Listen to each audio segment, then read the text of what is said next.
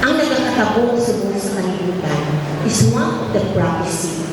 Before, sa pagbalik sa Ginoo, may mga amos na kabatasan sa mga kabataan. Ang pagkadula sa pagtugma sa ginikanan, amuman ginikanan sa kabataan. Ano ang hambal sa Proverbs 23 verse 22? Listen to your father, pamati sa iyong amay, who begat you, and do not despise your mother when she is old. Kaya ano pala nagkakatabo ang kauturan? Pag makita na, mostly, pag makita na natigulang na, ang paminsan nila, paminsan sa mga anak, paminsan sa iba na miyembro sa family, ano na siya? Problema, bugat, no? Diba? Kisa amo na ginauna-una. Amo na sometimes makita ko sa Facebook, but it could give us a lesson na ato pa lang tigulang ang lalaki na grabe na noon sa anak niya sa pagkaon sa amay. Ato pa lang pagkaon, ipakaon niya din sa amay.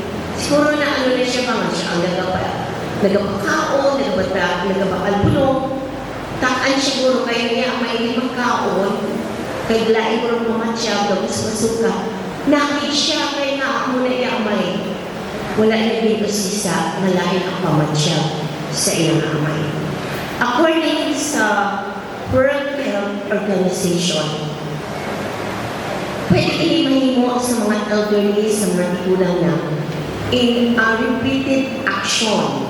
So the abuse could be physical, ginahanod mo, ginasakit mo, ang mga tigulang o the elderly.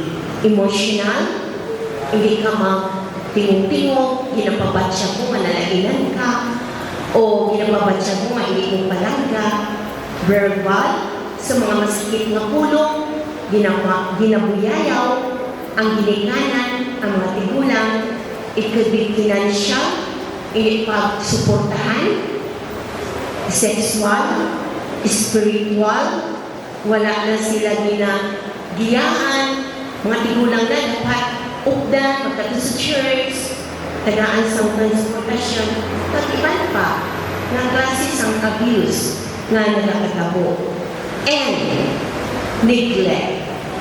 Ang pagpatumbaya is an abuse, no? Na palang kabalutan ng kid, ginikanan mo na kinahanglan sa comfortable na tuo, makatulog sa insakto. Wala na siya i-provide sina shelter, pagkaon, mga bulong.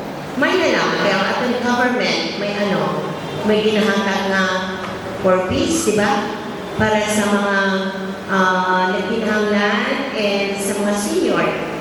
And care, meaningful and personal contact. Mga kauturan, kung mapatay ang ginikanan, hindi na kamo kakita liwat sa palihas sa ila sa inyong mga kalibutan. Kung wala na ang iloy, kag wala na ang amay, wala na sa ginikanan, wala ka na sa ginikanan na pagkataon. That's why today, bisan pa sa mga apo, sa mga anak, sa mga utol, atong itandaan ang maghanap natin sa care, pag-iguma, pagtatak sa mga ginikanan. Kaya ang ining abuse sa kakatabo, bisa pa may mga apo ginaabusan ang lula, ang lulo, kabataan, neighbors, friends, and even sa mga home care na palang mga wala na kakilala sa Ginoo, kag abusaran nila ang mga tigulang sa ila, then it happened.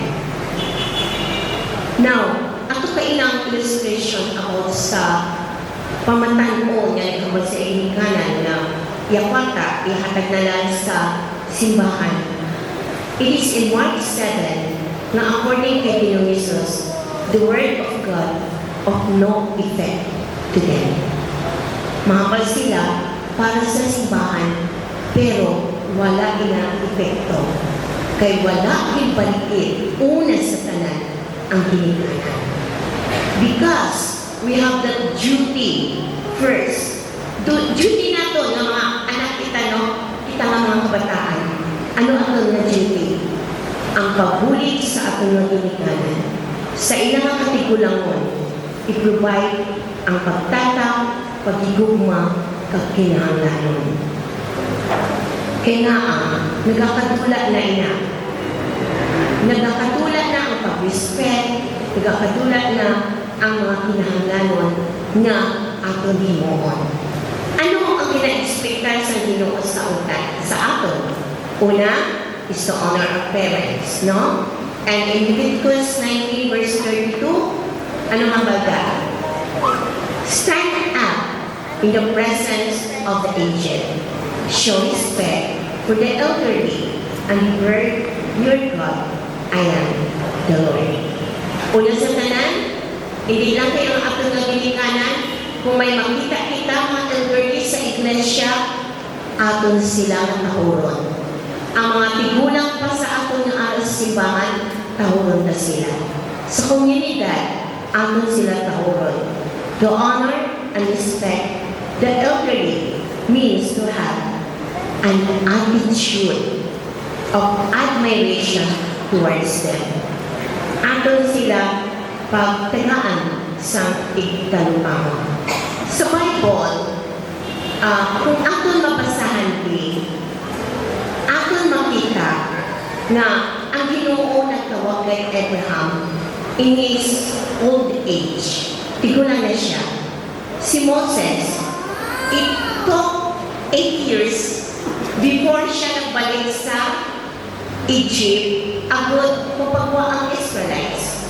Si Noah, 120 years nagwali para mapabalo ang mga tao na may anak.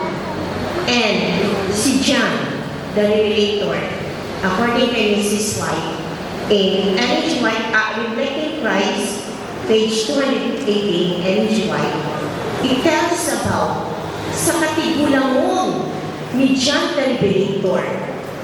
Gingamit niya po siya sa Ginoo. Agad makakita siya sa mga vision na ginsulat niya na amo ay na ang revelation or ang buna. Ang Ginoo na nagamit sa mga tigulang. That's why ang mga tigulang sa sulod sa iglesia